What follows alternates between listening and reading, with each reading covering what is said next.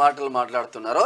ఇది సోయి తప్పిన సర్కార్, రోజులు దగ్గర పడ్డాయి, 6 నెలల్లోనే పవర్ కట్స్ స్కీమ్లన్నీ బంద్. కేసీఆర్ ఏం కోల్పోయామో ప్రజలకు ఇప్పుడు అర్థమవుతుంది. ఇప్పటికిప్పుడు ఎన్నికలు జరిగితే మాకు 105 సీట్లు వస్తాయి. ఇప్పుడైతే ఒకటి గెలువు చూద్దాం. సుద్దాల అశోక్ తేజకు పాట రాయరాకపోతే నేనే దగ్గరుండి రాయించిన.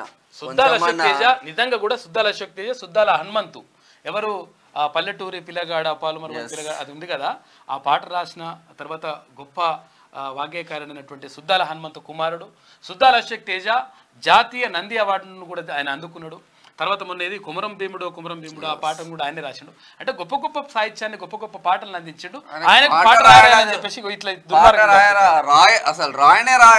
ఆయన రాయరాకపోతే ఈయన పెద్ద రాతకాడు ఏమంటారు ఇన్ని కాళేశ్వరం గట్లనే చేసిన నేనే గట్టి రాకపోతే నేనే దగ్గర ఉండి రాయించినట్టు ఏమైనా ఉండాలని నీకేమన్నా.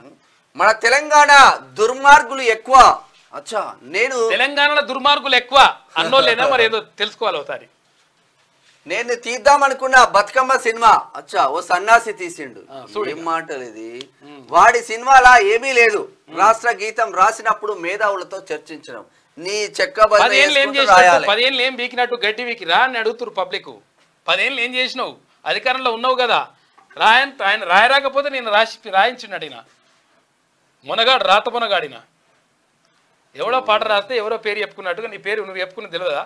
తర్వాత ఏది చూడు చూడు నల్లగొండ గుండె నిండా ఫ్లోరైడ్